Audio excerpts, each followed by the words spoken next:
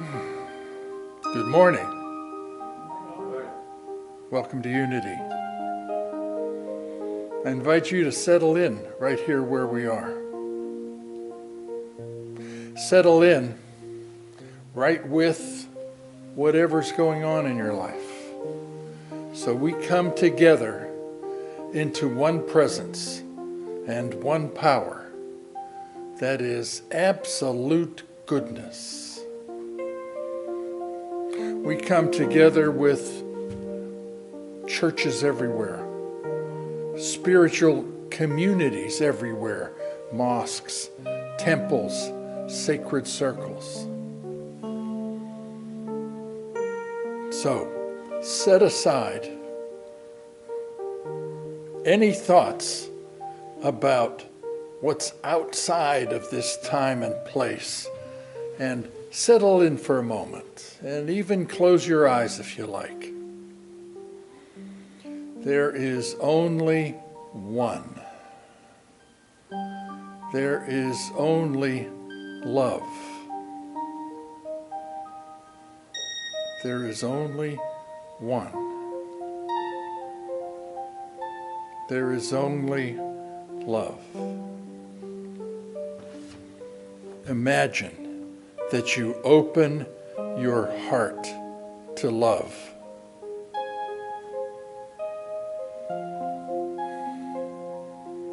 An openness and receptivity to the presence and power of divine love. Open your mind to creative ideas.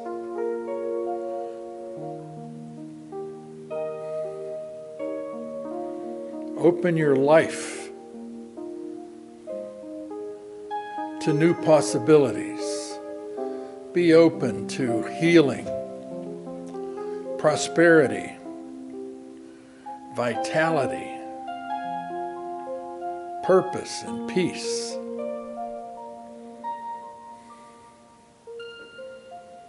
Open your eyes to see possibilities. Open your heart.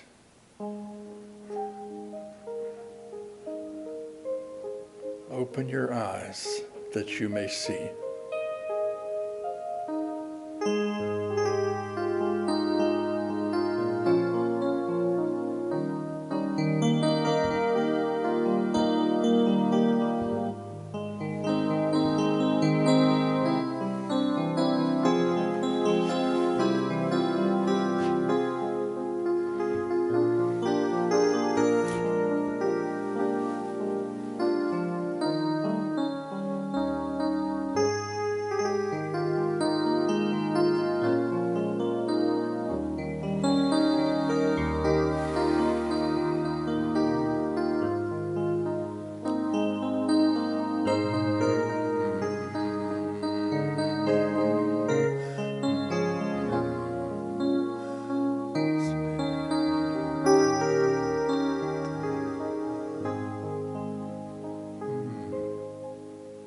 Spirit divine. Amen.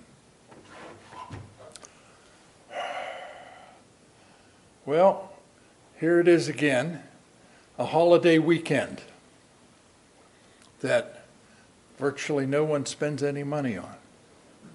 Okay? It's a cross-quarter day, halfway between the winter solstice and the spring equinox. In the Gaelic tradition, it's called Imbolc. In Catholic tradition, it's called Candlemas. Here in the U.S., it's called Groundhog Day. You know, in Candlemas, they say if it's sunny and clear on Candlemas, there will be 6 more weeks of winter before spring. So there's a long tradition about that which has come. You know, so let me see. I guess the local one here is called Dunkirk Dave, the local groundhog.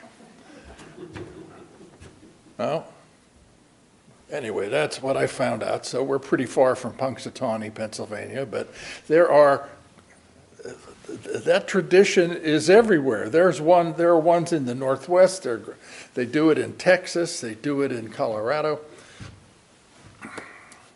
And all of them have the one thing in common about the shadow, that if the groundhog sees his shadow, it frightens him. And he dives back in the hole underground and stays there for 6 weeks because there'll be more winter. Sometimes we do the same thing. Whenever our shadow comes out, the things that we would not like to show to other people, things that we don't even want to look at ourselves, when it becomes visible, sometimes we hide, we shut it down. Takes some courage to look into the shadow, to do shadow work. Love is the light with which we can do shadow work. Love is the light with which we can deal with the things that are negative energies: fear, grief, anger, shame.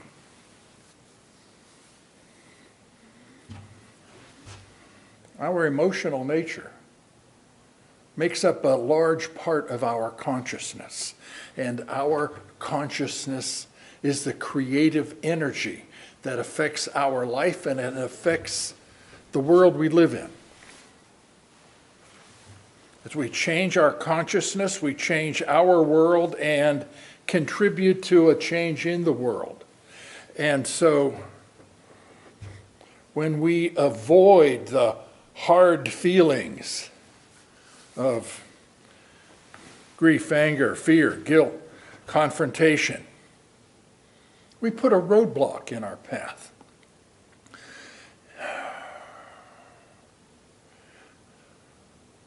Different cultures are better at dealing with some of it. Okay? But for the most part, it's avoided. We avoid these uncomfortable things. We deprive ourselves from a sense of wholeness, and we deprive ourselves from a source of energy that can be focused and changed in a positive way.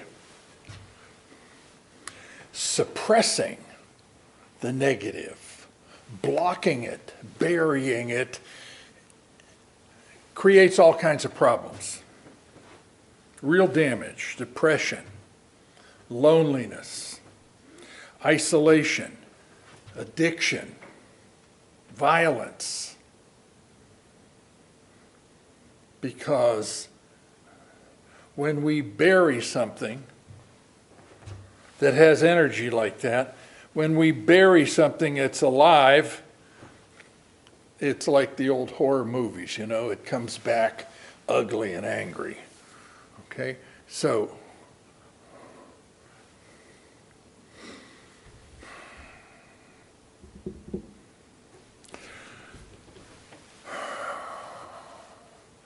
my mother suffered from dementia before she passed.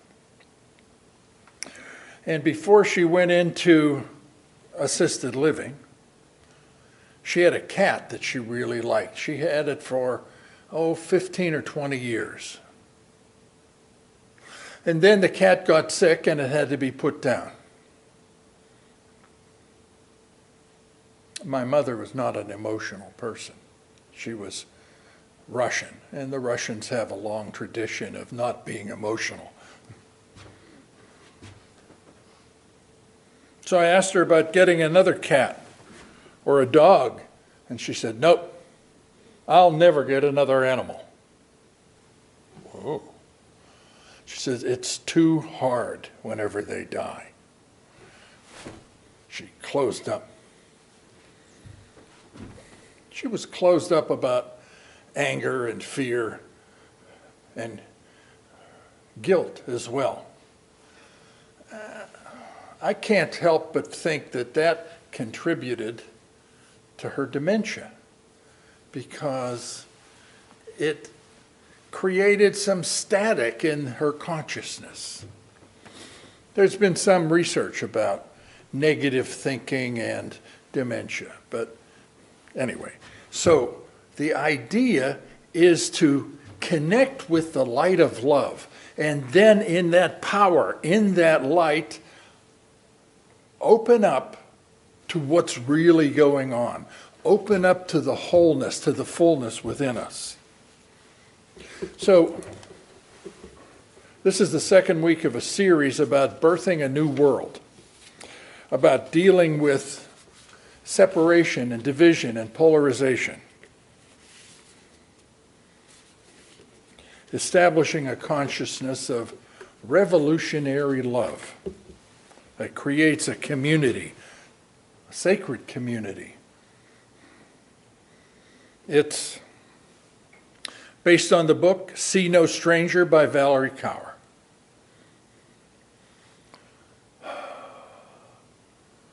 There are a number of steps that she recommends.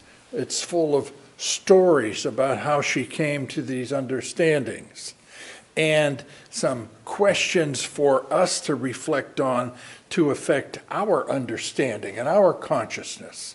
And we have a couple discussion groups about this on Wednesday, on Zoom, online. So the information about those connections is in our newsletter. A key phrase about See No Stranger is, you are a part of me that I do not yet see. That we grow personally as we connect with strangers, with the other. Because if we don't do that, the other, it could easily be considered less than human, unworthy, something distant, irrelevant. Now, we're invited to practice unending compassion by the Buddha. We're invited to love the neighbor as we love ourselves. There's a story in one of the Gospels where someone heard Jesus say that, and he said, yeah, well, who's the neighbor? Somebody next door? Somebody next to me at dinner? And he told the story of the Good Samaritan who helped out the Jewish man who was attacked by robbers on the road and left on the side of the road. And he said, tell me who the neighbor is. So that doesn't have the impact today that it did then. So we could call it, to have that same message, it would be the good ISIS member who stopped to help an injured Jewish person on the side of the road. A stranger is a neighbor. There were a couple of other things. So the Samaritans were enemies then. You know, he talked to a Samaritan woman at the well. He helped out a Roman centurion with his servant. So there's a thread, a significant element of connecting with the enemy, connecting with the different ones as an important step in spiritual consciousness.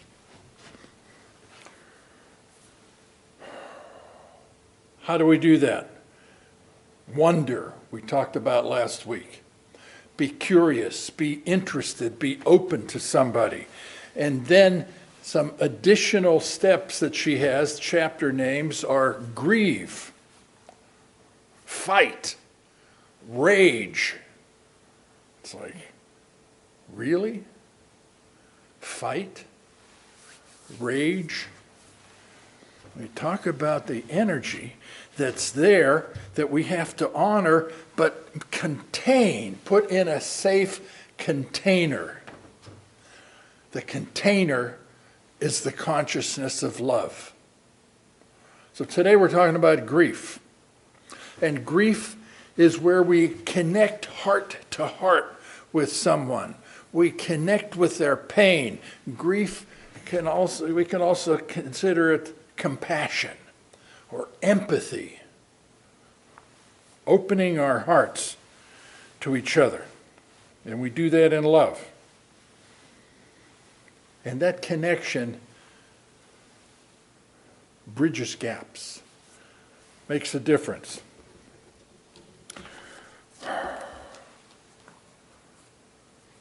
Grief's not a very popular topic, but it's a very common thing.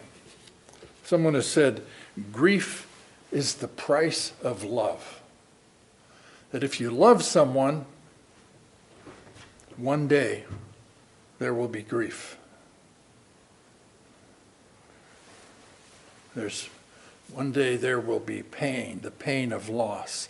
And so the process of grief is about untangling, disentangling the confused web of love and pain. So, grieve, mourn, is a verb. It's about the process. One of the Beatitudes that Jesus presented at the Sermon on the Mount was, "Blessed are those who mourn, because they'll be comforted." It doesn't say, "Blessed are those who experience loss." No, because we all experience loss. It's blessed are those who do something about the loss, who actively mourn, actively grieve. Valerie Kaur says, when we're brave enough to sit with our pain, it deepens our ability to sit with the pain of others. It shows us how to love them.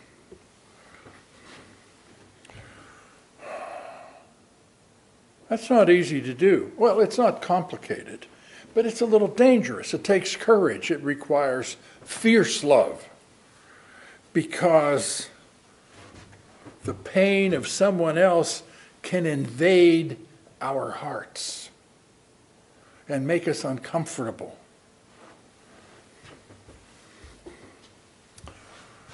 I've noticed over the course of my ministry, there aren't as many memorial services as there used to be.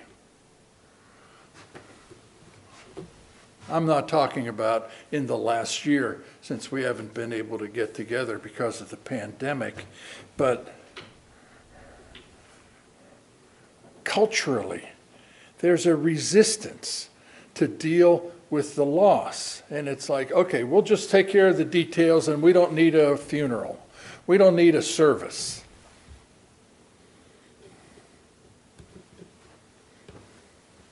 Even in memorial services, I found a curious thing. I'll be talking to members of the family or something, and they'll get teary and choked up and start to cry. And what they usually say is, "Oh, I'm sorry," as if they're not supposed to be sad. Well,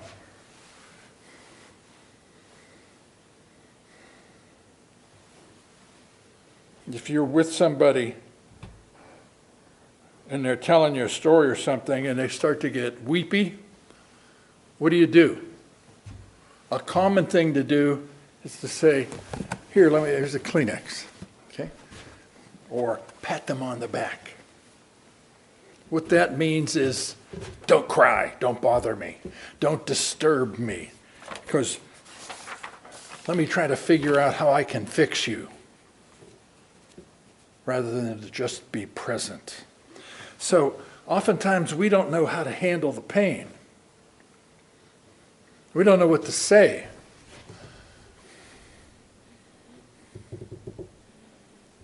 People say some really strange things in situations of loss.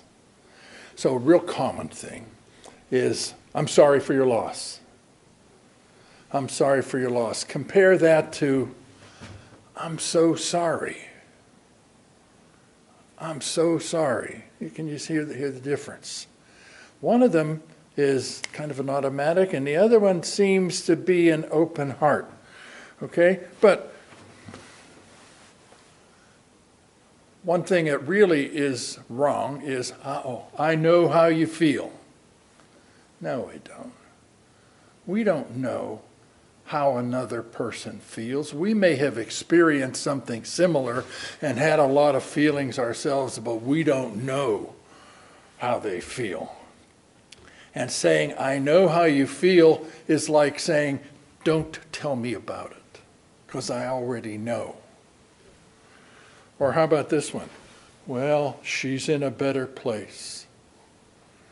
No need to talk about it. What's done is done.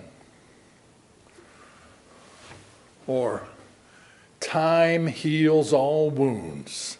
You heard that one? No, it doesn't. What we do in time is what heals.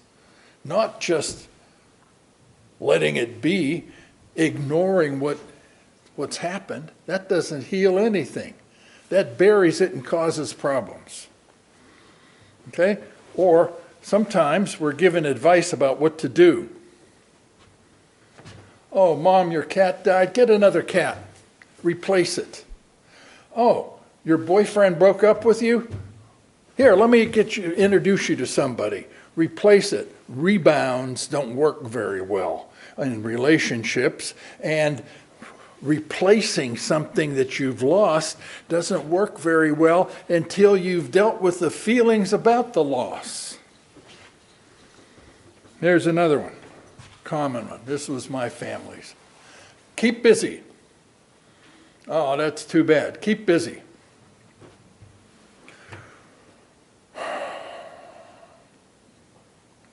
Don't think about it. There's a tradition in a Native American community in the Northwest that when a woman loses her husband, because they were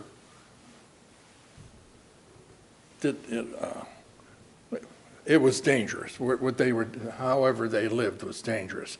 If a woman lost her husband, what the community did is they took over everything that she had to do.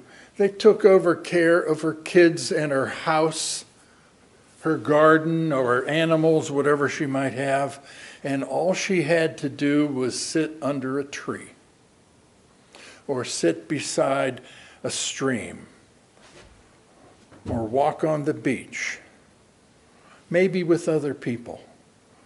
But there was nothing for her to do except to be with what she was feeling, to deal with what was within her. And there was no time limit. I think someone might say, how are you doing? But when she was ready, only when she was ready and come back, then she would pick up the rest of her responsibilities.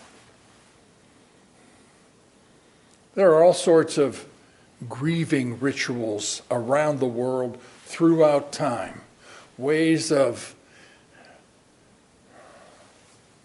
people connecting with each other through sharing difficulties.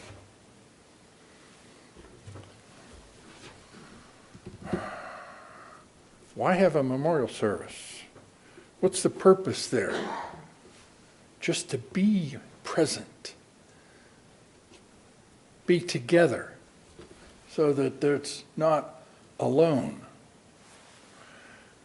In ministerial school, the question always came up, well, what do you say to somebody when they've had a loss? What are the right words? What can I do to fix it? What we can do is to listen. Listen to stories. Because the story has to be told. The feelings have to be verbalized. Because that's the only way that you can get to a sense of understanding, to get to a sense of acceptance. And peace is to tell the story maybe a lot of times. And so just be present and listen.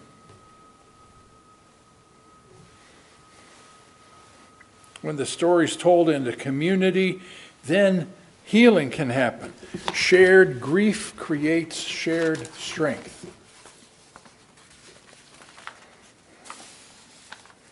So when grieving with someone means letting their grief, letting their pain and their loss bleed into your own heart. That's a phrase that Valerie Carr uses. Let their pain bleed into your own heart. And I might think, oh, I don't know about that. The heart is strong. It's a muscle. The more you use it, the stronger it gets. Spiritually as well. The more open your heart is to what's going on in your life, the more open your heart is to the heart of God, to the flow of divine love that enables connection with another, even with people that are different and strange.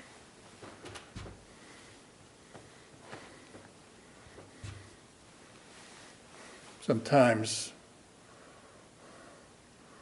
we're a little defensive about being open to somebody else's pain, because we might have participated in that. Maybe we had something to do with that pain. There's a term, a book, a study called white fragility about racism, that it's uncomfortable for a lot of white people to talk about racism because there's some inner discomfort from it. So just push the whole issue away, bury it, ignore it. Well, that white fragility, that was strong until 1963 in the Civil Rights Movement, when 4 little girls were killed in a church bombing in 1963 in Birmingham, Alabama. And that just broke through and created a wave of compassion that went through so much of the defenses that were put up to that pain.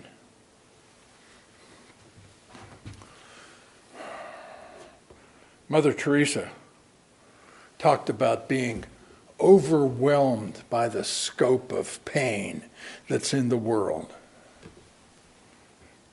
She said, if I look at the mass of pain, I will never act. If I look at the one, I will. And when we look at, we can be overwhelmed by all the things that are wrong. But if we connect with one, something happens. There's a possibility that opens up. And that connection, that possibility makes a difference in the mass of what's going on. So, how do we grieve with the people we don't know? People who are different? We grieve with those who love them. We grieve with the living ones. So,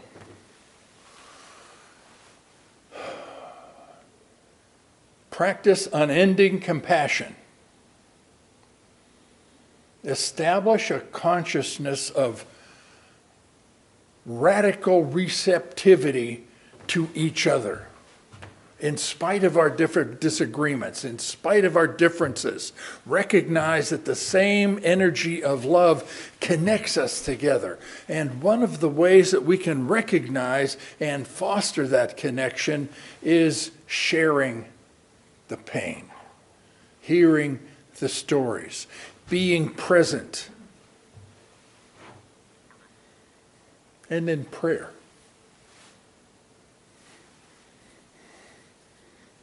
Open our hearts to the pain of each other. There's a long Buddhist tradition, a meditation, a practice of inviting in the discomfort of another, of taking it into the heart.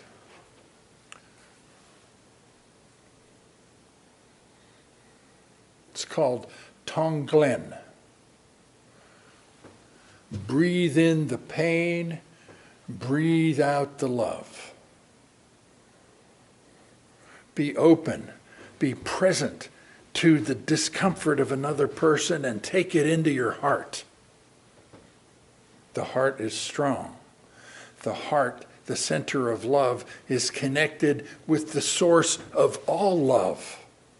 And so it strengthens us. In spite of our reticence, in spite of our fear of letting it in, the process of being open deeply to each other makes us stronger, makes the power of love that uses us stronger.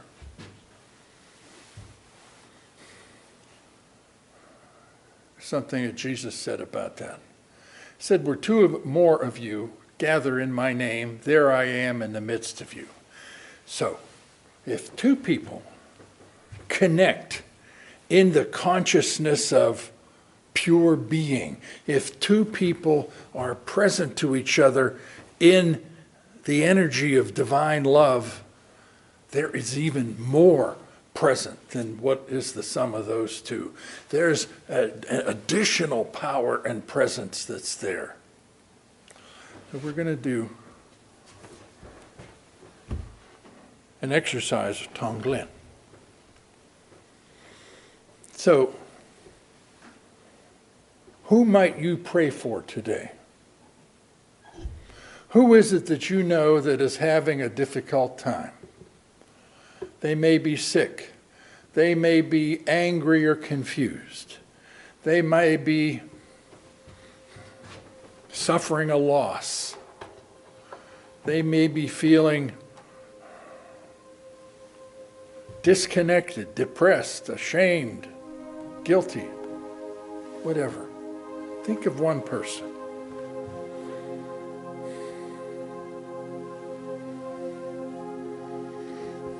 And as you think of them, invite the presence of love to be there with you and them. The Christ, the whole Spirit of God, enfolds the two of you. So, take a breath and open your heart. Take a breath and drop into your heart. And extend the radiance of your heart to that person.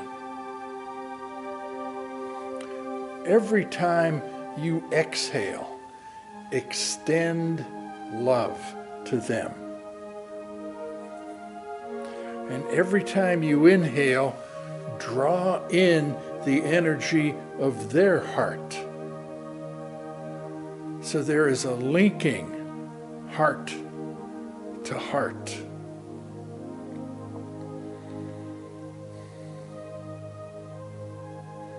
These two, in the consciousness of love and oneness, recognize a larger presence and power that is absolute goodness. So extending love with each exhalation. Drawing in the heart of the other with each inhalation.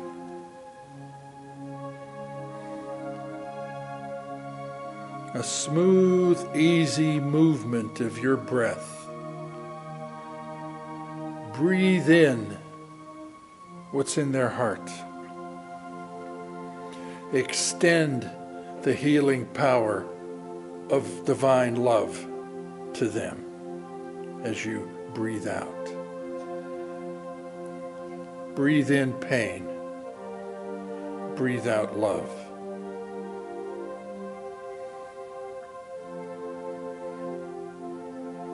Embraced,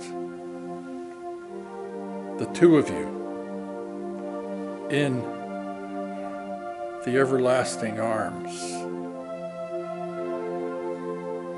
in the radiance of pure being,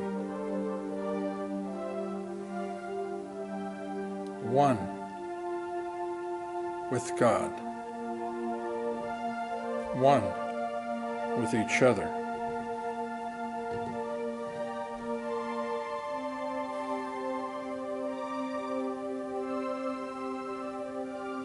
The movement of your breath is the anchor that keeps you connected with them and with God. Breathe in, breathe out. In this fullness of this connection. Breathe in. Breathe out and let it be. Let the connection, let the love do its work now. In the silence, in the presence and power of infinite love and wisdom. Let it be in the silence.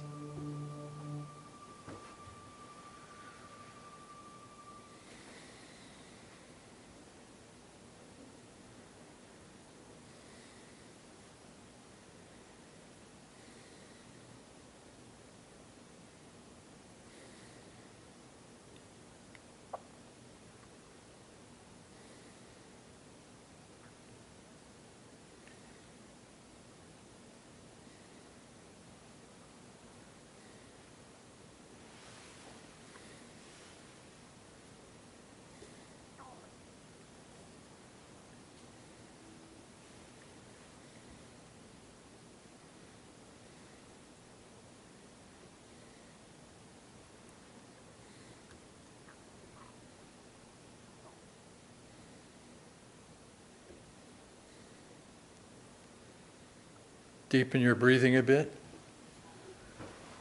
and know that this is good, that something has happened, something real. Be grateful that love has woven us together in love.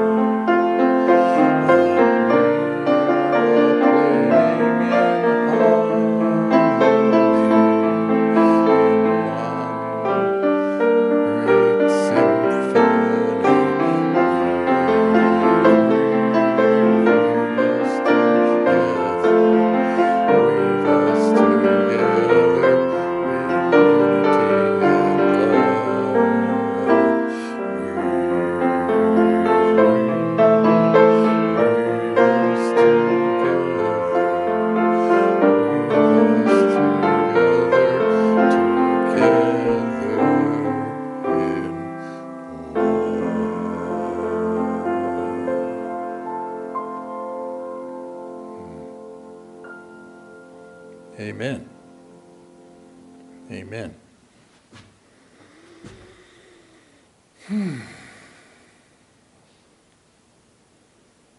Now what? What do you have planned for this Sunday? Whatever it is, do it as a blessing, extending love from your heart. Blessing, whatever you think, say, do, in the multiplying power of divine love. Let all of your time and your talent and your treasure, all that you give, be blessed in that unconditional flow of limitless goodness. We affirm that we do this.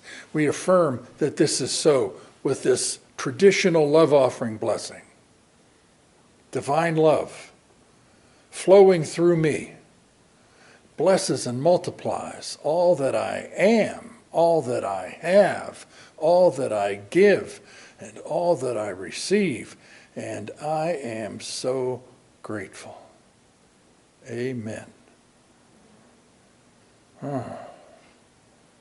Now,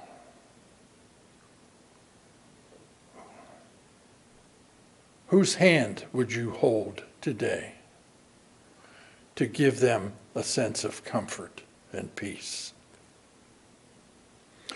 With whom would you connect